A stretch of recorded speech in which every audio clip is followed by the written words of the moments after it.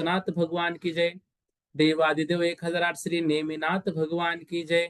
सिद्धांत चक्रवर्ती आचार्य श्री नेमिचंद्राचार्य महामुनिराज की जय। संत शिरोमणि आचार्य गुरुवर विद्यासागर जी महामुनिराज की जय। विद्याकुल शिरोमणि आचार्य श्री समय सागर जी महामुनिराज की जय। निर्यापक श्रमण मुनिपुंगो श्री सुधा सागर जी महामुनिराज की जय। समस्त मुनि संघ की जय। कल की कक्षा में हमने गोमटसार जीव कांड में 7 गाथाओं को समझा था, जिसके माध्यम से हमने ये समझ गए थे कि प्ररूपनाएं भले ही 20 प्रकार की कही हुई हो, लेकिन उन प्ररूपनाओं को जब मार्गनाओं के अंदर अंतर्भूत किया जाता है तो अभेद रूप से मात्र 2 ही प्ररूपनाएं होती है। एक गुणस्थान प्ररूपना, दूसरा मार्गना स्थान प्ररूपना। प्ररूपण क्या है या प्ररूपना क्या है, इस विषय में हमने यह समझा था कि मार्गना में, गुणस्थान में जीवों को विभिन्न स्थानों पर रखकर जो उसकी परीक्षा की जाती है, खोजा जाता है, उसको प्ररूपना कहते हैं। फिर ये समझा था कि कौन सी मार्गना में कौन सी प्ररूपनाएं गर्भित हो जाती है। तो हमने देखा था इंद्रिय तथा काय मार्गना में जीव समास, पर्याप्ति तथा श्वासोश्वास, ये चारों जो है वो इंद्रिय और काय मार्गना में इंक्लूड हो जाते हैं। जीव समास, पर्याप्ति, श्वासोश्वास और जो इंद्रिय और काय मार्गना है उसमें ये इंक्लूड हो जाते हैं। इसी के साथ साथ वचन बल, मनोबल में जो है, तो वचन बल एवं मनोबल प्राणों का भी जो अंतर्भाव है वह भी इसी में हो जाता है, इंद्रिय और काय मार्गना में। तो इंद्रिय और काय मार्गना में क्या क्या हो गया? जीव समास, पर्याप्ति, श्वासोश्वास। वचन बल और मनोबल का पर्याप्ति में अंतर्भाव हो गया तो पर्याप्ति भी उसी में चली गई है। योग मार्गना में कायबल प्राण का, ज्ञान मार्गना में इंद्रिय प्राणों का एवं गति मार्गना में आयु का अंतर्भाव हो जाता है, जिसको हमने इस चार्ट के माध्यम से कल समझा था। जीव समास का इंद्रिय और काय में, पर्याप्ति का भी इंद्रिय और काय में, प्राण का जो है वह ज्ञान में, 5 इंद्रियों का भी ज्ञान में, काय बल का योग में, वचन बल, मनोबल और श्वासोश्वास का पर्याप्ति, इंद्रिय और काय में, आयु का गति में, संज्ञा में आहार संज्ञा जो है वह आहार संज्ञा का माया एवं लोभ में, भय भय जो है वह क्रोध एवं मान कषाय में, मैथुन वेद कषाय में, परिग्रह लोभ कषाय में, उपयोग ज्ञान में, इसमें साकार ज्ञान उपयोग जो है वो ज्ञान मार्गना में, और निराकार दर्शन उपयोग जो है वह दर्शन मार्गना में गर्भित हो जाता है। यहाँ तक का अध्ययन हमने कल कर लिया था। आज की कक्षा में गुणस्थान की ओर हम आगे बढ़ेंगे। देखिएगा, एक जीव को लेकर हम चलेंगे। एक जीव है मरीचिका, जो कि आगे चलकर 24वें तीर्थंकर भगवान महावीर के रूप में बन गया और जिनकी आज हम पूजा करते हैं। लेकिन वह जीव जब मरीचि की अवस्था में था तो मरीचि की अवस्था में मिथ्यात्व में रचा पचा हुआ था।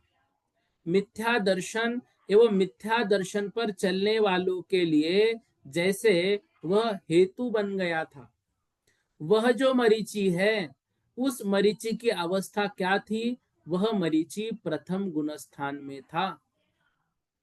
ठीक है, तो प्रथम गुणस्थान, द्वितीय गुणस्थान, तृतीय गुणस्थान, चतुर्थ गुणस्थान, ऐसे आगे बढ़ते बढ़ते वह मरीचि का जो जीव है अगले अगले अगले भवों में अपने परिणामों को निर्मल कर करके, अपने पापों का प्रायश्चित कर करके, जो आगे आगे बढ़ता गया तो इतने क्षयोपशम को प्राप्त कर लिया, इतने अच्छे विशुद्ध परिणाम हो गए कि वही जीव केवल ज्ञान प्राप्त करके भगवान महावीर बना और समो शरण में बैठकर दिव्य ध्वनि के द्वारा सम्यक दर्शन की महिमा का गुणगान किया।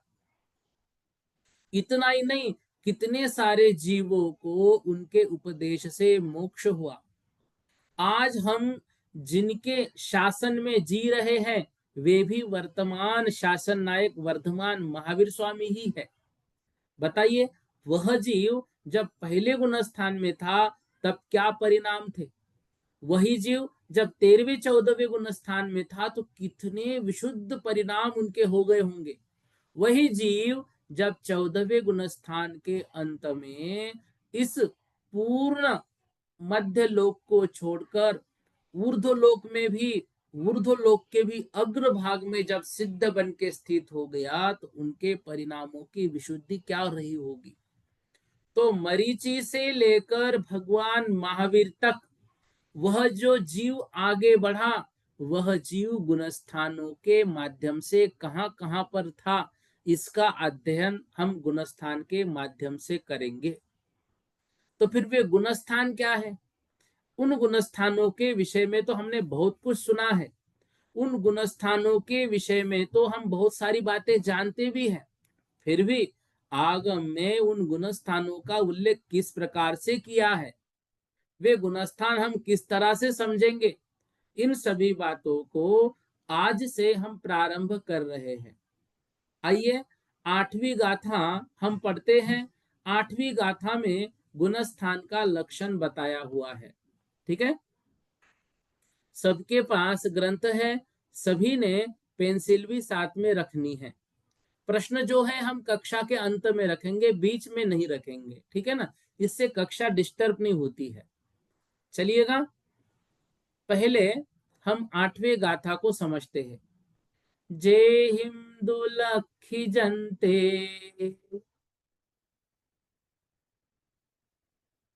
जे हिंदू लखी जनते,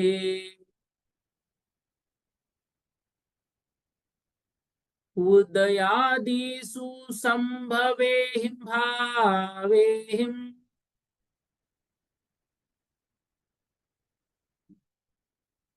उदयादिषु संभवेहिं भावेहिं, जीवाते गुणसन्ना,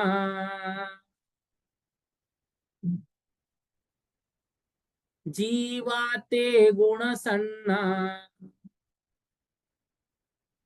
निदिष्ठा सौवदरसीहिं,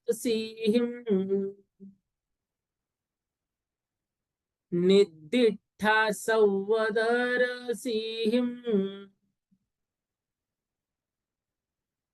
आइए एक साथ उच्चारण करेंगे। जे हिंदू लखी जनते, उदयादिषु संभवेहिं भावेहिं, जीवाते गुणसन्ना, निदिष्ठा सौवदरसीहिं।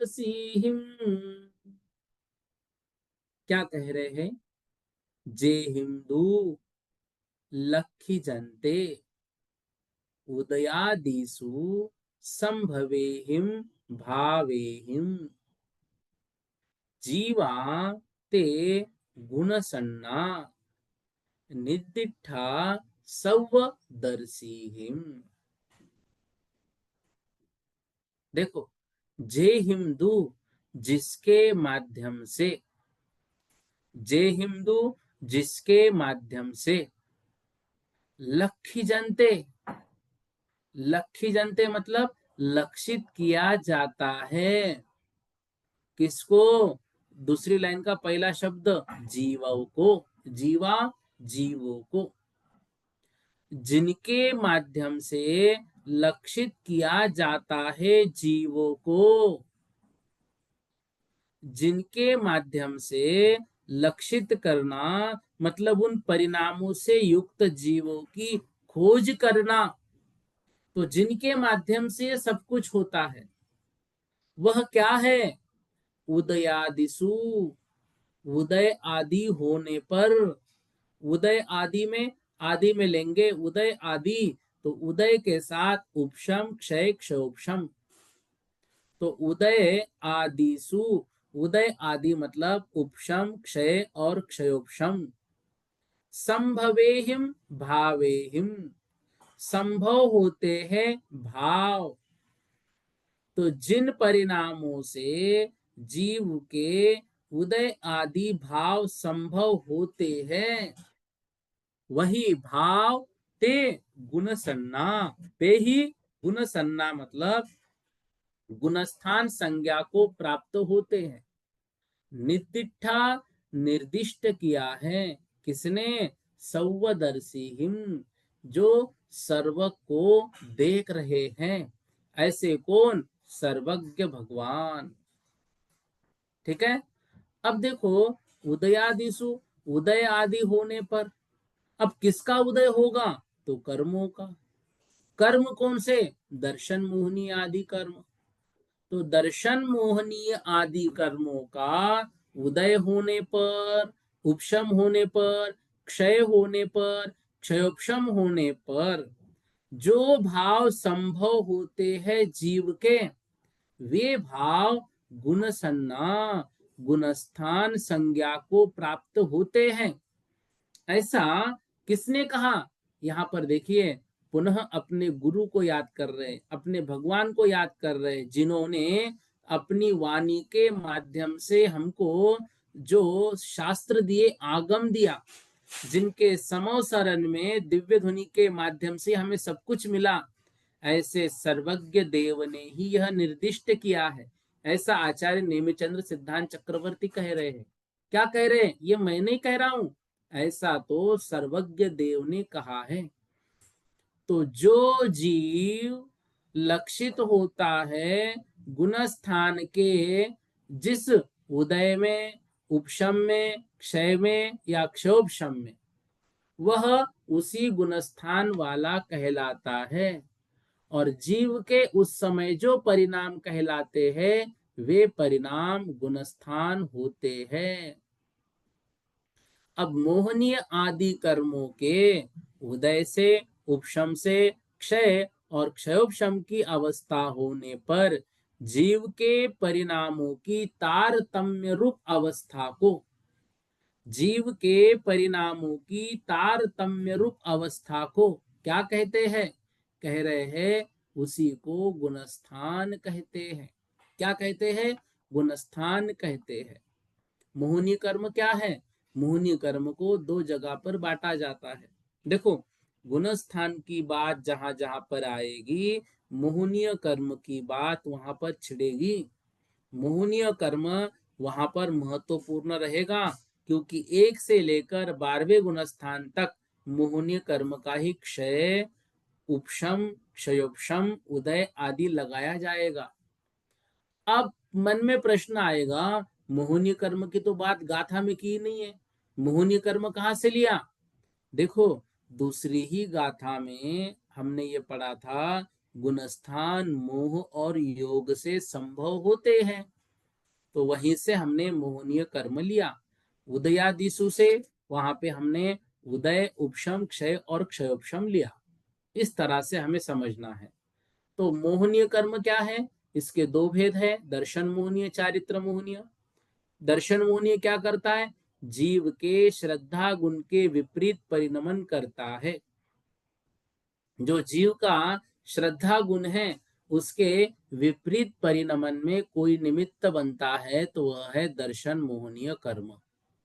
चारित्र मोहनीय कर्म क्या है, चारित्र गुण के विपरीत परिणमन कराने में निमित्त है। चारित्र जो गुण है, जिसके कारण से जीव चर्या में, चारित्र में, आचरण में आगे नहीं बढ़ पाता है, वह चारित्र मोहनीय कर्म का उदय। और जिसके माध्यम से जीव को सम्यक दर्शन प्राप्त होने के चांस ही नहीं बनते हैं, वह है दर्शन मोहनीय। क्यों, दर्शन मोहनीय जीव के श्रद्धा गुण का घात करता है, और जहां पर श्रद्धा गुण का घात हुआ, वहां पे सम्यक दर्शन कैसे प्रकट होगा। तो सम्यक दर्शन प्रकट नहीं होगा, तो फिर हम आगे कैसे बढ़ेंगे। इसलिए मोहनीय कर्म पर प्रहार करना सर्वप्रथम आवश्यक है। जैसे ही मोहनीय कर्म पर प्रहार करना हमने प्रारंभ कर दिया, यूं समझ लीजिए मोक्ष मार्ग का दरवाजा हमने खटखटाया। दरवाजा खटखटाया, सम्यक दर्शन प्राप्त किया, दरवाजा खुल गया, और चारित्र ग्रहण किया। उस दरवाजे के अंदर प्रवेश करके हमने मोक्ष मार्ग पर चलना प्रारंभ किया। तो इसके लिए क्या करना पड़ेगा? सर्वप्रथम दरवाजा खटखटाना पड़ेगा। किसका? मोहनीय कर्म का। और मोहनीय कर्म का दरवाजा खटखटाना मतलब मिथ्यात्व पे प्रहार करना। जो 5 लब्धियां होती है वहां पर जो क्षयोपशम लब्धि होती है, क्षयोपशम लब्धि के बाद करण लब्धि जो आती है, वहां पर जीव इस पर प्रहार करता है। उन 5 लब्धियों को भी हम समझेंगे, ठीक है। लेकिन अभी पहले गुणस्थान के नाम बताएंगे, फिर वो भी बात आएगी लब्धियों की, ठीक है। उसको भी बहुत अच्छे तरीके से समझना है, याद करना है। देखिए, 9वीं और 10वीं जो गाथा है, इन दो गाथाओं के माध्यम से आचार्य महाराज ने 14 गुणस्थान के नाम हम सभी को याद करवाए हैं, ठीक है। हमने उस दिन देखा था, पहली जो गाथा है मंगलाचरण, वह मंगलाचरण की गाथा याद करनी है। दूसरी जो गाथा है, दूसरी मतलब तो 20 प्ररूपनाओं वाली जो गाथा है, जिसमें 20 प्ररूपनाओं का उल्लेख है, वह गाथा याद करनी है। अभी जो 8वीं गाथा थी, जिसमें गुणस्थान की व्याख्या की गई है, वह 8वीं गाथा भी याद करनी है। 9वीं और 10वीं गाथा याद हुई तो ठीक, नहीं भी हुई तो 14 गुणस्थान के नाम तो हमको याद होनी ही चाहिए, वो करना है। और सभी को लगभग मैं समझता हूँ गुणस्थान के नाम तो याद है, ठीक है।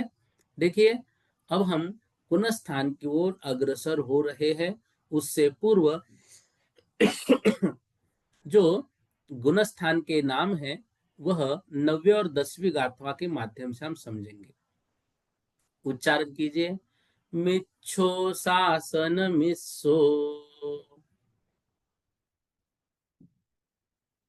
मिच्छो शासन मिस्सो,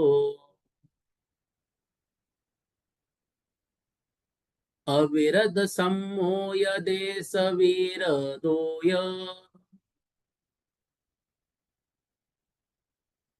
अविरद सम्मोय देश वीर दोय,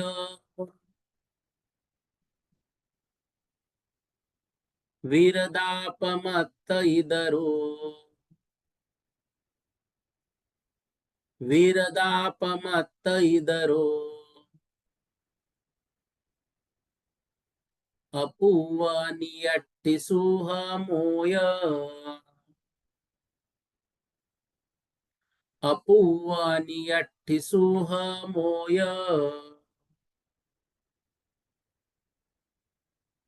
उवसंत खीन मोहो,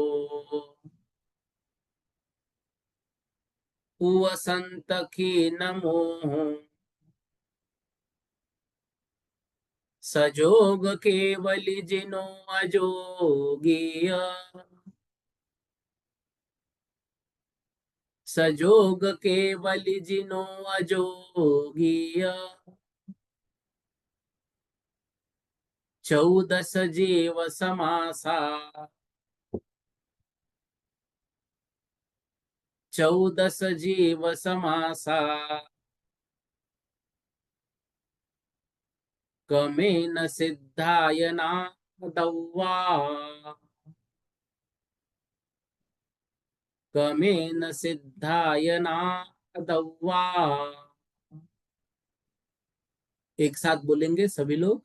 मिच्छो शासन मिस्सो, अविरद सम्मोय देश वीर दोय, वीरदापमत्त इदरो, अपूवनियट्टि सुहमोय, उवसंत खीन मोहो, सजोग केवली जिनो अजोगिय, 14 जीव समासा, कमेन सिद्धाय नादौवा।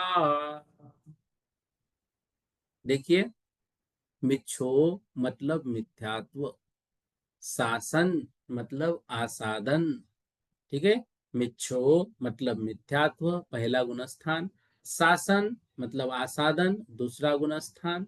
मिस्सो, मिस्सो मतलब मिश्र, मिश्र नाम का तीसरा गुणस्थान, जिसको सम्यक तो मिथ्यात्व भी कहते हैं या मिश्र गुणस्थान भी कहते हैं। अविरत सम्मोह और अविरत सम्यक्त्वी, देश विरदो और देश विरत। विरद, विरद पमत्त इधरो, पमत्त विरत पहला लेना है।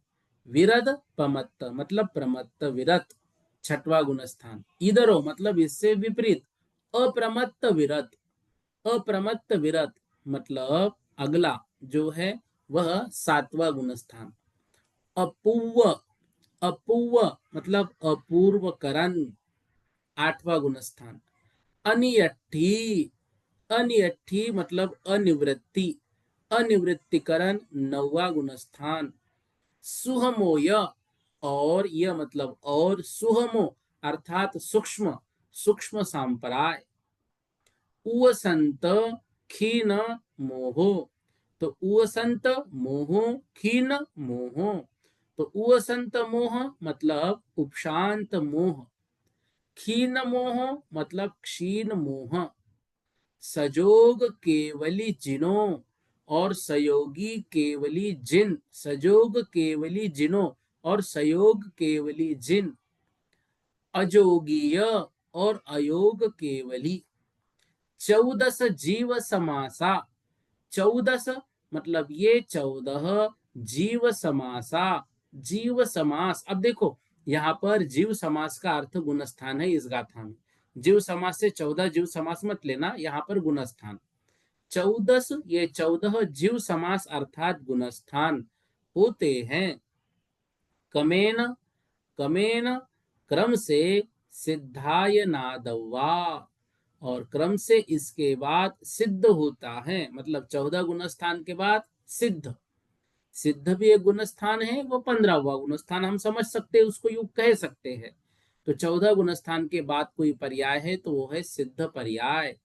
ना दवा जानना चाहिए, ठीक है। तो क्योंकि सिद्ध जो है इन गुणस्थानों से उपरीत, मतलब ऊपरी है, गुणस्थानातीत हो गए हो, गुणस्थानों से वो रहित है। सिद्ध भगवान का अब कोई गुणस्थान नहीं है, ना कोई वहां उपशम है, ना कोई वहां क्षय है, ना कोई क्षोभशम है। क्योंकि जो क्षय करना था ना, सभी कर्मों का क्षय हो गया, सिद्ध अवस्था प्राप्त कर ली, अब फिर से कुछ नहीं होने वाला है। और वो जो क्षय उन्होंने किया वो सिद्धावस्था में नहीं किया है, वो उससे पहले ही किया है, 14वें गुणस्थान में ही, 13वें गुणस्थान के अंत समय में करके 14 में गए और सब समाप्त हो गया। तो जो सिद्ध भगवान है वो गुणस्थानातीत है। देखो जो मिथ्यात्व गुणस्थान है वह अतत्व श्रद्धान है। मिथ्यात्व गुणस्थान मतलब अतत्व श्रद्धान, मतलब तत्वों के ऊपर श्रद्धा नहीं करना या फिर अतत्वों पर श्रद्धान करना। अतत्व मतलब जो मोक्ष मार्ग में प्रयोजन भूत नहीं है, उसको अतत्व कहा जाता है। सासाधन क्या है? सा आसाधन, स मतलब सहित है, आसादन के विराधना से सहित है, अर्थात इस जीव ने सम्यक्त्व की विराधना कर ली है। विराधना से सहित है, अभी मिथ्या तुम नहीं गए, ये बीच की अवस्था है। हाथ में रत्न था, रत्न हाथ से फिसल गया लेकिन अभी जमीन पर नहीं गिरा, बीच की जो अवस्था है उसको कहते हैं सासादन, सम्यक्त्व की विराधना सहित। सम्यक मिथ्यात्व मिश्र, ये ऐसा गुणस्थान है, यहाँ परिणाम सम्यक्त्व भी है, यहाँ परिणाम मिथ्यात्व भी है, दोनों मिले जुले परिणाम है। दही और गुड़ के भांति, ना खट्टा ना मीठा बल्कि खट मीठा। अविरत सम्यक्त्व, सम्यक्त्व तो है लेकिन अविरत है, व्रत नहीं ग्रहण किया भी है, इसके कारण हम इसको कहेंगे असंयमी, असंयम के साथ सम्यक्त्व। देश विरत, विरत मतलब व्रत तो है लेकिन देश एक देश, इसको संयमा संयम भी कहते हैं। तो एक देश संयमी, देश विरत। प्रमत्त विरत, विरत तो हो गए, पूर्ण संयम आया लेकिन प्रमत्त अभी प्रमाद है। अप्रमत्त विरत, विरत तो हो गए,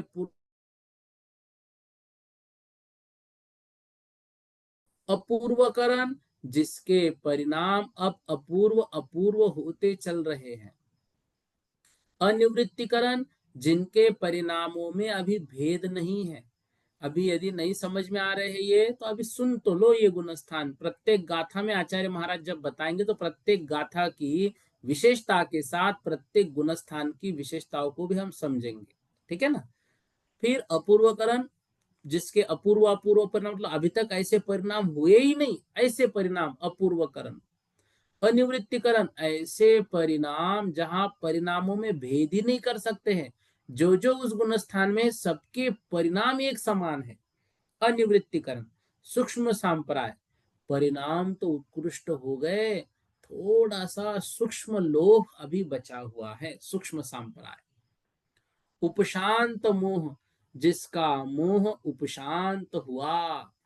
मोह कैसा हो गया? उपशांत हुआ। क्षीण मोह, जिसका मोह क्षीण हुआ, क्षीण मोह। सयोग केवली, योग सहित केवल ज्ञानी। अयोग केवली, योग रहित केवल ज्ञानी। इस तरह से ये 14 गुणस्थान होते हैं।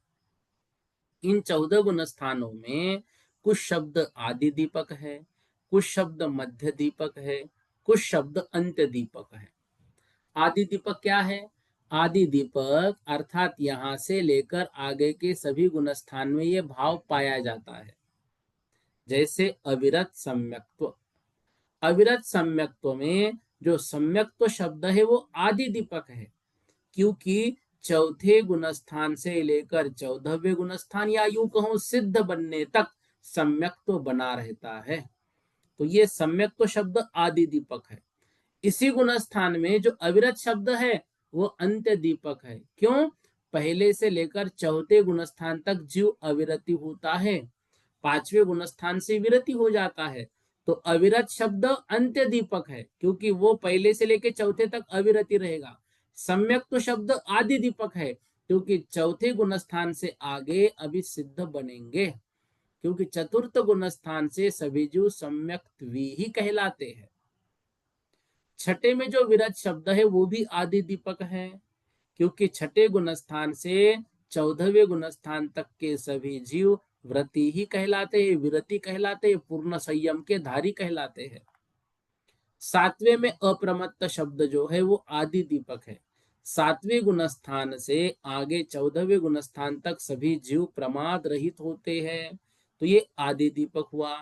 14वें गुणस्थान में अयोग शब्द जो है वो आदि दीपक है, क्योंकि 14वें से लेकर सिद्ध भगवान तक सभी जो है वो योग रहित है। मध्य दीपक अर्थात इसके आगे पीछे दोनों तरफ के गुणस्थान में यह भाव पाया जाता है। जैसे 13वें गुणस्थान में जिन शब्द है, यह मध्य दीपक है। 13वें गुणस्थान से पहले भी है और 14वें तक है, ये जिन संज्ञा कहलाती है। क्या अभी हम जिन हैं? चौथे गुणस्थान में है। हाँ, संज्ञा तो जिन आएगी, क्योंकि जिन बनने की योग्यता है, लेकिन जिन कब बनेंगे? वो 13वें गुणस्थान में, 14 में भी रहेगी। अंत्य दीपक, जैसे हमने अभी पढ़ा था ना, जो पहले के सभी गुण स्थानों में भाव पाया जाता है, लेकिन इसके आगे नहीं। जैसे अविरत शब्द जो है चौथे गुण स्थान में, वो अंत्य दीपक है। चौथे गुण स्थान तक के सभी जीव अविरति है। छठे गुण स्थान में जो प्रमाद शब्द है वो भी अंत्य दीपक है, क्योंकि पहले से छठवें गुण स्थान तक सभी जीव प्रमादी कहलाते हैं। 13वें गुण स्थान में जो सहयोग शब्द है वो अंत्य दीपक है, क्योंकि पहले गुणस्थान से 13वें गुणस्थान तक सब सहयोगी कहलाते हैं, उससे आगे अयोगी। ठीक है, इतना। फिर हमने ये पढ़ा था कि कुछ लब्धि के विषय में आज हम सुनेंगे। तो लब्धि का अर्थ होता है प्राप्ति और लब्धि का अर्थ होता है शक्ति। सम्यक तो प्राप्त करने हेतु विशिष्ट योग्यताओं अर्थात ज्ञान आदि शक्तियों की आवश्यकता होती है। इन्हीं योग्यताओं की प्राप्ति को ही लब्धि कहते हैं। जैसे ज्ञानावरण अभी तक तो हमें कुछ समझ नहीं आता था, पर अब लब्धि का उदय आने पर ज्ञानावरण कर्म का क्षोभम होने से समझ आने योग्य शक्ति उद्घटित हो जाना, ये लब्धि है, कुछ प्राप्ति हमें हो गई। ये 5 लब्धियां होती है: क्षोभम लब्धि, विशुद्धि लब्धि, देशना लब्धि, प्रायोग्य लब्धि और करण लब्धि। 5 प्रकार की लब्धियां होती है। पहली एक क्षोभम लब्धि। तो क्षोभशम लब्धि, विशुद्धि लब्धि, इन 5 लब्धियों के विषय में हम थोड़ी कल की कक्षा में चर्चा करेंगे, क्योंकि इसको समझ में आना जरूरी है। अभी इसको थोड़ा हम जल्दबाजी में नहीं लेंगे, इसको आसान भाषा में भी समझेंगे, आगम भाषा में भी समझेंगे और लब्धि प्राप्त करने का प्रयास करेंगे, क्योंकि इन लब्धियों को हमारे जीवन में अंगीकार करना बहुत जरूरी है। इसी के माध्यम से हमें सम्यक दर्शन होने वाला है। ठीक है, तो पहले गुणस्थान, दूसरे गुणस्थान आदि सभी गुणस्थानों के नाम हमने आज की कक्षा में पढ़े। गुणस्थान की व्याख्या हमने पढ़ी कि जिसके माध्यम से मोहनीय कर्म के उदय, क्षय, क्षोभ, शम के द्वारा जीव को परिलक्षित किया जाता है, उन स्थानों को गुणस्थान कहते हैं, ऐसा सर्वज्ञ भगवान ने निर्दिष्ट किया है। उन गुणस्थानों के नाम पढ़े, उन गुणस्थानों के आदि दीपक, मध्य दीपक और अंत्य दीपक शब्दों को भी हमने समझा। कल की कक्षा में थोड़ा लब्धि को हम समझेंगे। ठीक है, इतना आज की कक्षा में हम कर लेते हैं, फिर कल की कक्षा में हम पढ़ेंगे। आइएगा, कुछ प्रश्न जो है वो देख लेते हैं पहले। आप 3856 ऐसा नंबर है, बोलिएगा जल्दी जल्दी बोलिएगा। 385662 ऐसा नंबर है, बोलो। भैया जी जय जय जिनेन्द्र। जय जिनेन्द्र। भैया जी इसमें ये लिखा है जीव ठाणा नामक सिद्धांत शास्त्र में अशुद्ध जीव 14वें गुणस्थान तक अशुद्ध जीव माना है, तो 14वें गुणस्थान में भी अशुद्ध जीव कैसे हो जाएगा? देखो, यदि द्रव्यार्थिक और पर्यायार्थिक नय की दृष्टि को हम देखेंगे तो वह जो जीव है द्रव्य की अपेक्षा से तो शुद्ध है, लेकिन हाँ। पर्याय अभी अशुद्ध है। क्यों है? क्योंकि मूल जो जीव की अवस्था है, वह जीव की अवस्था वहां अग्रभाग में स्थित होने की है, संपूर्ण कर्मों से नष्ट होने की है। अभी अयोग केवली में भी जो आयु कर्म बचा हुआ था ना, उस आयु हाँ। कर्म के अंतिम जो समय बचा हुआ है, वो कर्म अभी लगा हुआ है, इस कारण से उसको अशुद्ध कहा गया है। जब पूर्ण निर्मल हो जाएगा जीव, तो इस संसार में नहीं रहेगा, उर्दू लोक में जाके स्थित हो जाएगा, तब वो मतलब शुद्ध कहलाएगा। मतलब सिद्ध को ही अपन शुद्ध जीव मानेंगे बिल्कुल, जो। सिद्ध ही शुद्ध जीव है, उससे पूर्व अशुद्ध है। लेकिन इसका मतलब ये नहीं कि हम जिनेन्द्र भगवान को अशुद्ध कहना प्रारंभ करेंगे, वो अपेक्षा से है। सिद्धों की अपेक्षा से 13वां 14वां गुणस्थान अशुद्ध है, 13वें 14वें अच्छा एक। गुणस्थान की अपेक्षा से पहले और अशुद्ध है। समझ गए अच्छा, हाँ। जी? ठीक है। और एक एक ये आगे आपने बताया था चौथे गुणस्थान से 14वें गुणस्थान तक को जिन कहते हैं, तो चौथे गुणस्थान से जिन कैसे कहनाने लग देखो, जाएंगे? जिन मतलब जिन्होंने अपने इंद्रियों को जीतना प्रारंभ कर लिया है। अच्छा, अब हम, प्रारंभ कर दिया है। हाँ, अभी हमने जब मिथ्यात्व पे प्रहार कर लिया, तो मिथ्यात्व का प्रहार करने से सम्यक दर्शन हमें प्राप्त हो गया। सम्यक हम्म। दर्शन जब प्राप्त हो गया तो ये निश्चित है कि हम मोक्ष की ओर अग्रसर होंगे ही होंगे। वह जीव मोक्ष जाएगा, तो ये जिन संज्ञा है, जिन नहीं कहलाएंगे, वो पूजा नहीं होगी उनकी, लेकिन एक संज्ञा उनकी प्राप्त हो जाएगी उनको कि हाँ, अब ये देखो, एक जो बच्चा है जिसने अभी एलकेजी में एडमिशन ले लिया, तब से लेकर पूर्ण पढ़ाई होने तक उसकी संज्ञा विद्यार्थी की रहेगी, लेकिन जब वो परिपूर्ण हो जाएगा तब वो स्नातक कहलाएगा। लेकिन स्नातक का प्रारंभ एलकेजी कक्षा से शुरू हो गया। ठीक है, ठीक है, जय जिनेन्द्र जी। जय जिनेन्द्र। गोविंद जी लिखा है, बोलिएगा। हाँ जय जन भैया जी। एक तो जय इसमें जो जिनेन्द्र। जीव समास 14 गुण स्थान को बोला है, हम्म। जबकि जीव समास में ये एक इंद्रिय में सूक्ष्म बादर और दो इंद्रिय, तीन इंद्रिय, हाँ हाँ हाँ, देखो, चौरिंद्रिय, वो संगी जीव और समास की असंगी, बात हम ये सात पढ़ेंगे। पर्याप्ता पर्याप्ता। सुनो सुनो, जीव समास की बात हम पढ़ेंगे, आपकी बात हम समझ गए। देखो, ये 14 गुणस्थाना ऐसा शब्द वहां पे पर्याप्त नहीं था, तो जीव समासा में 5 अक्षर उस गाथा के पूर्ति के लिए आवश्यक थे। गुणस्थान शब्द परिपूर्ण वहां पे नहीं बैठ रहा था, इसलिए उन्होंने उसको जीव समास दिए, तो जीव के स्थान मतलब गुण के स्थान, तो वो जीव समास शब्द प्रयोग किया है। एक शब्द जी के अनेक अर्थ हो सकते हैं। अब वो जीव समास गुणस्थान के लिए भी आया है और जीव समास पर्टिकुलर अलग भी है, इसलिए उसमें कंफ्यूज मत होजिए। क्योंकि एक शब्द के नए का अर्थ ऐसा लिखा गया है, अलग अलग अर्थ हो सकते हैं, उसमें कोई दिक्कत नहीं है। जैसे कर्म ठीक है भैया शब्द जी। है, कर्म जी से 8 कर्म भी हम लेते हैं। वही कर्म हाँ शब्द जब 6वें अध्याय के पहले सूत्र में आता है, काय वांग मन कर्म योग, वहां पर मन जी वचन काय की क्रिया, कर्म का अर्थ वहां पे क्या होता है, क्रिया। और जी। जहां 8 कर्म होते हैं वहां कर्म का अर्थ अलग हो जाता है। तो कर्म के अलग अलग अर्थ हो सकते हैं। हम जो काम करते हैं उसको भी कर्म कहते हैं, इसलिए वो उसमें कोई दिक्कत नहीं है। ठीक है। अच्छा, दूसरी जिज्ञासा है, इसमें अन्वयार्थ में आया है कि हम्म मौनीय आदि कर्म, जबकि गुण हम्म स्थान में मौ और यो का दो का ही रोल है, दूसरे कर्मों का तो इसमें है ही नहीं, तो मौनीय आदि क्यों लिखा? खाली इसलिए मोह लिखा कर्म ही है, है ना? देखो देखो, अनंतानुबंधी जो कर्म है, अनंतानुबंधी कर्म जैसे जैसे क्षय होगा, वैसे वैसे जो अप्रत्याख्यान प्रत्याख्यान की ओर आगे बढ़ेगा कि नहीं बढ़ेगा। 10वें हाँ, गुण वो स्थान में चालित मोनियत। संजो लोभ बच रहा है, संजुलन लोभ बच रहा है। जी।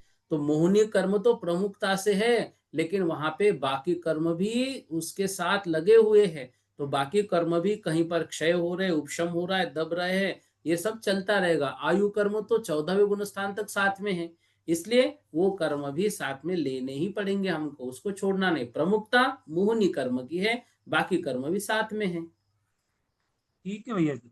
जी। जय श्री। जय जिनेन्द्र। नेमी चंद्र जी बोलिएगा। भैया जी जय जिनेन्द्र। जय जिनेन्द्र। भैया जी दूसरा गुण स्थान और तीसरा गुण स्थान को थोड़ा सा व्याख्या करके समझा दीजिए। बिल्कुल समझाते, देखो, अनंतानुबंधी का उदय आने से जीव का सम्यक दर्शन तो छूट गया, लेकिन जीव अभी मिथ्यात्व कर्म को प्राप्त नहीं हुआ। सम्यक तो छूट गया, लेकिन मिथ्यात्व को प्राप्त नहीं हुआ। तो वह जीव अभी बीच में है, उसको हम कहेंगे आसादन से सहित। आसादन मतलब विराधन, सम्यक्त्व का, सम्यक्त्व से तो गिर गया, आसाधना से सहित है, लेकिन अभी मिथ्यात्व में नहीं गिरा। जैसे कोई जीव, जैसे मान लो मुंबई से जयपुर के लिए निकला, अब मुंबई से वो गाड़ी में बैठ गया, मुंबई तो छूट गई, लेकिन अभी जयपुर नहीं पहुंचा। तो जो बीच की अवस्था है वह कहलाती है सासादन, दूसरा गुणस्थान। और जो तीसरा गुणस्थान होता है, वह तीसरा गुणस्थान सम्यक तो भी है और मिथ्या तो भी है, मिले जुले परिणाम है। जैसे पूर्व में जो देवी देवताओं को मानते हुए आ रहा था, जो रागी द्वेषी थे, लेकिन कहीं ना कहीं ये मन में आया कि नहीं, देखो, जो 24 तीर्थंकर है, सच्चे देव शास्त्र गुरु है, वह भी देव है। तो दोनों को जी मान रहा है, या फिर 24 तीर्थंकरों को मान रहा है, और मानते मानते कभी कोई घटना ऐसी जीवन में घटित हो गई और किसी ने बोल दिया भाई फलाने देव की जाके पूजा करो, तो मन में आया वे भी तो देव है, क्या दिक्कत है, तुरंत तीसरा गुणस्थान हमारा हो जाता है, ये भी और वो भी। लेकिन इस तीसरे गुणस्थान का काल अंतर्मूर्त है। इस समय जीव किम कर्तव्य विमूढ़ है, इनको भी मान रहा है, उनको भी मान रहा है। लेकिन जैसे कुछ लोग ऐसे होते हैं, वे जिन मंदिर में भी आते हैं और मिथ्यात्व देवी देवताओं के मंदिर में भी जाते हैं, फिर वो ये सोचे कि मैं तीसरे गुणस्थान में हूं, सम्यक तो भी मिथ्या तो भी नहीं। यदि उन्होंने उधर जाना शुरू कर दिया, उसी समय वो मिथ्यात्व में चले गए। अब दोनों तरफ जा रहे तो भी वो मिथ्यात्व कहलाएंगे, उधर जा रहे हैं। मन में जब विचार चल रहा है कि ये भी सच्चे है ये भी सच्चे है, तब तक तीसरा गुण स्थान है। हमने उसका आचरण प्रारंभ कर लिया तो हम मिथ्यात्व में चले गए। ठीक है जी भैया जी। जी। वैसे प्रत्येक गुण स्थान को गाथा के माध्यम से आचार्य महाराज खुद समझाएंगे, तब और डिटेल में हम पढ़ेंगे। जी जी भैया जी। जी, आपको समझ में आ रहा है, अच्छा लग रहा है। अच्छा लग रहा है भैया जी, बहुत बढ़िया जी आप जी। समझा रहे हैं। नहीं ठीक है ना, देखो, ग्रंथ समझ में आना ये उद्देश्य हमारा है मूल, वो ग्रंथ हमें समझने में, इससे डरना नहीं है। जी। पूनम जी, पूनम दीदी बोलिएगा।